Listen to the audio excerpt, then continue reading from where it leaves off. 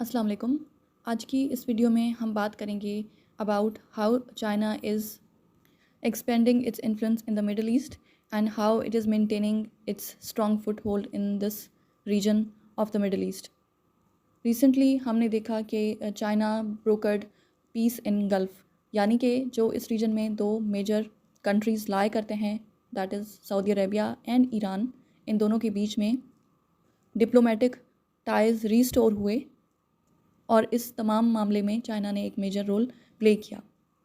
इससे पहले जब मिडिल ईस्ट में पीस की बात हुई थी तो that was in the era of president Trump, जब इसराइल और अरब स्टेट्स के बीच में एक पीस डील साइन की गई और जिसमें America emerged as huge peace maker, ठीक है। लेकिन आफ्टर ऑल दीज ईयर्स एक बहुत ही इम्पॉर्टेंट डेवलपमेंट हुई है कि ईरान और सऊदी अरेबिया के बीच में ताल्लुकात रीस्टोर हुए हैं, उनके बीच में पीस दोबारा से कायम हुआ है और इसमें चाइना ने एक मेजर पीस मेकर का रोल प्ले किया है, जिसने ऑब्वियसली यूएस की स्ट्रेंथ को एज अ ग्लोबल पावर उसको चैलेंज किया है।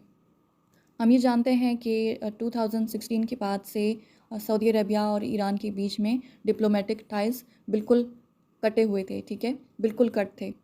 इसकी वजह बेसिकली ये थी कि 2016 में सऊदी अरेबिया में एक शियाइट क्लरिक को एग्जीक्यूट किया गया, जिसके रिस्पॉन्स में फिर ईरान में जो सऊदी एम्बेसी थी उस पर अटैक किया गया एंड आफ्टर दैट ये टाइज़ ब्रेक हो गए थे एंड इन दोनों कंट्रीज़ के बीच में जो राइवलरी थी वो मज़ीद बढ़ी थी।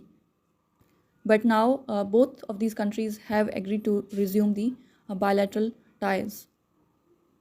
And one another important thing is that in all this issue, peacemaker happens to be China. अब चाइना के लिए ये सब इसलिए मुमकिन हो पाया because it actually has good ties with Iran as well as with Saudi Arabia, और यूएसए इसमें कोई रोल प्ले नहीं कर पाया क्योंकि उसके currently under Biden administration America के जो ताल्लुकात हैं विद सऊदी अरेबिया वो काफ़ी स्ट्रेन हो चुके हैं। इसके अलावा ईरान के साथ तो यूएस की वैसे ही राइवलरी है। लेकिन अब बात यह है कि जब से मिडिल ईस्ट के रीजन में ऑयल एक्सप्लोर हुआ, ठीक है, तब से इस रीजन की काफ़ी ज़्यादा अहमियत बढ़ चुकी थी एंड दैट इज़ वाई यहाँ पे यूएस ने अपना इन्फ्लुएंस कायम किया और यहाँ पे हर मामले में उसने एक मेजर रोल प्ले किया। लेकिन अब हम उसके इन्फ्लुएंस को ख़त्म होता देख रहे हैं। In fact China is taking its place in the middle east. अब पिछले जो एक डेकेड गुजरा है उसमें यूएस काफ़ी इस कोशिश में था कि वो मिडिल ईस्ट के रीजन से चला जाए, क्योंकि उसका जो मेन फोकस था वो अब शिफ्ट हो रहा है towards the containment of China, और वो एशिया पैसिफिक रीजन में ऐसी अलाइंसेस बना रहा है और ऐसी पॉलिसीज़ अपनी इम्प्लीमेंट कर रहा है जिसका मकसद ये है कि वो चाइना को कंटेन करे और उसके इन्फ्लुएंस को कर्टेल करे। ऑलराइट, और साथ ही अब हम पिछले साल से ये देख रहे हैं कि जब से रशिया ने यूक्रेन पर वॉर वेज की है तब से यूएस का काफ़ी फोकस शिफ्ट हो चुका है टुवर्ड्स यूरोप एज वेल। तो यहाँ पे काफ़ी जो यूएस की अटेंशन है डाइवर्टेड है टुवर्ड्स अदर रीजन्स, तो इसलिए उसका फोकस काफ़ी ख़त्म हो चुका है मिडिल ईस्ट से। तो अब इस रीजन में मेनली जो चाइना है वो यूएस की जगह ले रहा है एंड जो दूसरे गल्फ कंट्रीज़ हैं वो भी अपनी अब इकोनॉमीज़ को डाइवर्सिफाई करना चाहते हैं।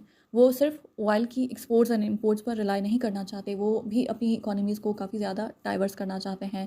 तो that is why they are increasing their engagements with China, क्योंकि ऑब्वियसली चाइना बहुत इकोनॉमिकली टेक्नोलॉजिकली एम्बिशियस है और डेवलप्ड है, तो उसका फ़ायदा उठाना चाहते हैं ये गल्फ कंट्रीज़। तो that is why they are engaging more and more with China, obviously to expand their already multifaceted relationship. और इसमें हमें मज़ीद तेज़ी नज़र आई है especially after the straining of relations of these gulf countries with the Biden administration in the United States. अब हम ये जानते हैं कि चाइना का एक बहुत बड़ा प्रोजेक्ट है that is belt and road initiative, ठीक है। उसका इन्फ्लुएंस और उसकी एक्सपेंशन ऑलरेडी हो चुकी है एशिया में, अफ्रीका में और यूरोप में, और अब वक्त है उसको मिडिल ईस्ट के अंदर एक्सपेंड करने का, ठीक है। उसके लिए बेहतर ये था और सबसे ज़्यादा ज़रूरी ये था कि इस रीजन के दो मेजर कंट्रीज़ के बीच में पीस कायम किया जाए, क्योंकि अगर इन दोनों के बीच में पीस कायम होगा तो दूसरे जो गल्फ़ कंट्रीज़ हैं, जो इस रीजन के दूसरे कंट्रीज़ हैं, वो भी पीसफुल होंगे और ओवरऑल इस रीजन में पीस और स्टेबिलिटी होगी। That will obviously contribute towards the success of the China's belt and road initiative. ठीक है, जैसा कि हम ये देख रहे हैं कि अभी सऊदी अरेबिया और ईरान के बीच में डेलीगेशंस भेजी जा रही हैं इन दोनों कंट्रीज़ के बीच में। ठीक है, इनके एम्बेसीज़ को इस्टेब्लिश करने की बात की जा रही है दोबारा से, और साथ ही यमन में जो इन दोनों कंट्रीज़ के बीच में एक प्रॉक्सी वॉर चल रही थी, अब उसको एंड करने की बात की जा रही है। तो इससे क्या होगा, यमन में भी पीस कायम हो जाएगा, इससे वहाँ के लोगों को बड़ा फ़ायदा पहुँचेगा। इसके साथ ही सऊदी अरेबिया और ईरान को देखते हुए बाकी के गल्फ़ कंट्रीज़ भी अब विलिंग हैं कि वो एक दूसरे के साथ अपने ताल्लुकात को बेहतर बनाएं और अपने डिप्लोमेटिक टाइज़ को रिस्टोर करें, और जो भी उनके बीच में इश्यूज़ हैं उन पर टॉक्स करके, निगोशिएट करके उनको रिजॉल्व करने की कोशिश करें फाइनली, ताकि इस रीजन में पीस कायम हो सके। सऊदी अरेबिया और ईरान के बीच में जो चाइना ने पीस कायम किया है, अगर इसको वाकई अचीव कर लिया जाता है तो इसका असर सिर्फ इन दोनों कंट्रीज़ पर नहीं होगा बल्कि ओवरऑल रीजन पे होगा। इसलिए चाइना की अहमियत काफ़ी हद तक बढ़ जाती है। पिछले चंद डेकेड्स की बात की जाए तो हम ये देखते हैं कि चाइना इस रीजन में as a major economic player emerge हुआ है, और इस रीजन का जो लार्जेस्ट ट्रेडिंग और इन्वेस्टमेंट पार्टनर है that is China. Also China buys oil from this region than any other country. और इसके अलावा ये बात भी जानना ज़रूरी है कि मिडिल ईस्ट के जो ज़्यादातर कंट्रीज़ हैं, those have actually signed up to the China's belt and road initiative, और अब वो चाइना पर रिलाई करते हैं for investment and their own technological advancement and upgrades. और इससे ऑब्वियसली इनका अपना फ़ायदा भी ये होगा कि उनका जो गोल है कि वो अपनी इकोनॉमीज़ को डाइवर्सिफाई करें, वो अचीव हो जाता है। और चाइना को भी इससे ये फ़ायदा होता है कि वो इकोनॉमिकली डेवलप हो सकता है, दूसरे कंट्रीज़ के साथ इकोनॉमिक इंटरडिपेंडेंसी क्रिएट कर रहा है, साथ ही और जो उसका इकोनॉमिक इन्फ्लुएंस है वो बढ़ता हुआ नज़र आ रहा है टू दी अदर रीजन्स, जिससे अगेन चाइना को ये भी फ़ायदा होता है कि उसका जो पॉलिटिकल क्लाउड है इन द रीजन, उसमें हमें काफ़ी सिग्निफिकेंट इंक्रीज़ नज़र आता है। ऑलराइट, चाइना अपने इसी पॉलिटिकल क्लाउड को इस्तेमाल कर रहा है to advocate for dialogue and diplomacy in the settling of disputes in this region. एक तरह से चाइना ने खुद को साबित किया है एज अ पीस मेकर। ठीक है, and the state that actually upholds the principles of United Nations charter. अब ये चाइना के हवाले से ये एक बहुत ही इम्पॉर्टेंट स्टेप है कि उसने सऊदी अरेबिया और ईरान के बीच में इंटरवीन किया है। वो इसलिए क्योंकि चाइना नॉर्मली पॉलिटिकली इंटरवीन नहीं करता दूसरी कंट्रीज़ के आपस के मामलात में। ठीक है, इसकी हम एग्जांपल इस तरह भी ले सकते हैं कि जैसे China has very good ties with Pakistan, और वो कश्मीर इशू पे पाकिस्तान को हर प्लेटफॉर्म पे सपोर्ट देता है, लेकिन उसके बावजूद उसने कभी पॉलिटिकली इस मैटर में खुद को इंटरवीन नहीं किया when it comes to the relations between India and Pakistan. तो उसी तरह चाइना दूसरी कंट्रीज़ के बीच में इस तरह पॉलिटिकल इंटरवेंशन नहीं करता, लेकिन this is the first time कि वो बीच में आया है और दोनों के बीच में एक पीस मेकर का रोल प्ले करते हुए दोनों को राज़ी किया है कि वो अपने डिप्लोमेटिक टाइज़ को रीस्टोर करें। And in this deal basically China has signed as a guarantor. जो अभी तक की रिपोर्ट्स हैं इस सऊदी अरेबिया और ईरान के बीच में डिप्लोमेटिक टाइज़ की रिस्टोरेशन के हवाले से, वो ये हैं कि चाइना ने एज अ गारंटर साइन किया है, दोनों के बीच में इसने गारंटी प्रोवाइड की है। और सऊदी अरेबिया इस पीस डील को साइन करने के लिए इसलिए राज़ी हुआ है क्योंकि चाइना ने उसे यकीन दहानी कराई है ईरान के बिहेवियर के हवाले से, और ईरान ने भी इसलिए पार्टिसिपेशन की है क्योंकि चाइना की तरफ से उसे फाइनेंशियल कंसेशंस दिए गए हैं और उसे सपोर्ट दी गई है, और उसको इस बात पर मनाया गया है कि वो एटलीस्ट टॉक्स स्टार्ट करे विद सऊदी अरेबिया। अगर हम इस इवेंट को देखें तो द आइडिया इज़ कि China is actually leveraging its economic clout to influence the political events in the Middle East, and obviously advertising its success in diplomacy and in settling disputes. So अब ये deal तो sign हो चुकी है and इस पर काम भी स्टार्ट हो चुका है, लेकिन अब ये चाइना की रिस्पॉन्सिबिलिटी है कि वो इंश्योर करे कि इसमें इन्वॉल्व दोनों parties must abide by the terms of the agreement. Alright, तो अगर कोई भी पार्टी इस डील को साइन करने के बाद इसकी टर्म्स एंड कंडीशंस को वायलेट करती है, तो in that case China will hold that party accountable for any violation of the agreement. So अब ये चाइना पर डिपेंडेंट है कि वो किस तरह इस पीस को कायम रख पाता है और मेंटेन कर पाता है इस डील को। सो अब हम इस पर यूनाइटेड स्टेट्स के रिस्पांस की बात करें तो ऑब्वियसली अमेरिकन ऑफिशियल्स ने इस सऊदी ईरान डील को वेलकम किया है, लेकिन ये ज़ाहिरी सी बात है कि इस बात को इग्नोर नहीं किया जाता कि these countries work on the zero sum interplay. Zero sum policy से मुराद ये है कि one side's gain is always the loss of the other side. तो यहाँ पर क्योंकि यूएस का मुकाबला चाइना के साथ होता है, तो here China has a lot to gain from it. तो ऑब्वियसली यहाँ पर यूएस का बहुत बड़ा लॉस है।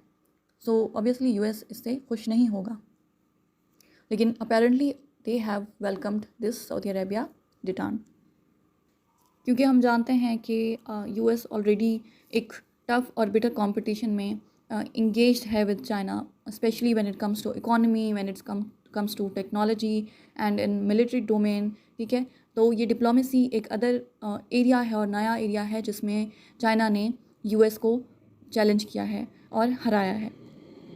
सो इस डिप्लोमेसी के डोमेन में भी now China is challenging the power of the United states.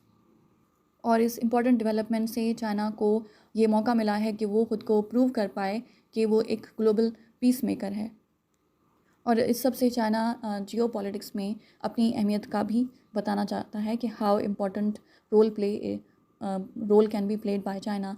सो हम ये जानते हैं कि सऊदी अरेबिया और ईरान की जो पीस वाली बात हुई है सारी, इससे काफ़ी वीक्स पहले भी चाइना ने अपनी एक 12 पॉइंट एक पेपर रिलीज़ किया जिसमें सजेशंस थे कि how to bring about an end to the hostilities in Ukraine.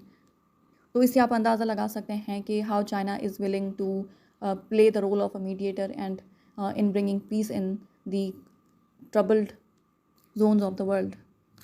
Although China के इस प्लान को एज सच कोई वेलकमिंग रिस्पॉन्स नहीं मिला वेस्ट की जानिब से, लेकिन एटलीस्ट बीजिंग सेड कि it is willing to put an end to this conflict. अब ये तमाम बातें चाइना की पॉलिसी में एक सिग्निफिकेंट चेंज को ज़ाहिर करती हैं। वो इस तरह के, जैसे हमने पहले भी बात की, कि चाइना जो है वो पॉलिटिकली इंटरवीन नहीं करता कंट्रीज़ के मामलात में, लेकिन now it is willing to take political responsibilities. अब वो पॉलिटिकल इंटरवेंशन करना चाहता है टू ब्रिंग अबाउट पीस, और एक बहुत ही अहम रोल प्ले करना चाहता है in the global politics, and they say they would like to apply the Chinese wisdom. So आप इस बात से अंदाज़ा लगा सकते हैं कि अब चाइना एक मज़ीद रिस्पॉन्सिबल स्टेट की तरह इमर्ज हो रहा है, और ये सब बातें बहुत ज़्यादा थ्रेटन करती हैं यूएस के स्टेटस को एज अ सुपर पावर। और चाइना इस बात को इसलिए अचीव कर पाया है क्योंकि उसकी तकरीबन तमाम ही कंट्रीज़ के साथ अच्छे ताल्लुकात हैं, तो वो अपने इन्हीं ताल्लुकात को लीवरेज करता है, और साथ ही वो दुनिया में जो भी कॉन्फ्लिक्ट चल रहे हों उसमें चाइना एक न्यूट्रल पोजीशन अपनी सेट करता है, एक न्यूट्रल पोजीशन अज्यूम करता है in contrast to the United States. और हम जानते हैं कि वैसे भी यूनाइटेड स्टेट्स डायरेक्टली और इनडायरेक्टली दुनिया के हर कॉन्फ्लिक्ट में इन्वॉल्व होता है, अनलाइक चाइना। तो चाहे कोई भी कॉन्फ्लिक्ट हो, चाइना स्टेज न्यूट्रल, तो इसलिए it is best suited to play the role of an intermediary. Alright, और अभी वैसे ये देखना बाकी है कि किस तरह इन तमाम मामलात को आगे लेकर चलता है China, and how it maintains in its influence in the diplomatic arena. और हम अभी ये जानते हैं कि यूएस एक ग्लोबल पावर है, and this is a fact जिसको डिनाई नहीं किया जाता। So China Aahista Aahista US को मुख्तलिफ एरियाज़ में टेक ओवर कर रहा है, लेकिन that does not necessarily mean that United States is no longer relevant और important in the Middle East. लेकिन ये ज़रूर इस बात को सजेस्ट करता है और इंडिकेट करता है कि now China is seen as a credible partner by the gulf countries. All right, so to sum up, हम ये कह सकते हैं कि जो चाइना का ये सक्सेस है in mediating the Saudi Iran rivalry, this actually demonstrates its growing political influence in the Middle East, and it actually highlights the decline of the United States, especially in the area of diplomacy. और हम ये बात कह सकते हैं कि China challenge कर रहा है यूएस की डिप्लोमेटिक हेजमनी को in the region of Middle East. All right, so I think हमने तमाम इम्पॉर्टेंट पॉइंट्स डिस्कस कर लिए हैं इस वीडियो में। तो अगर आपको ये वीडियो पसंद आई हो तो please like, share, comment and subscribe to my channel. Thank you so much, take care, bye bye.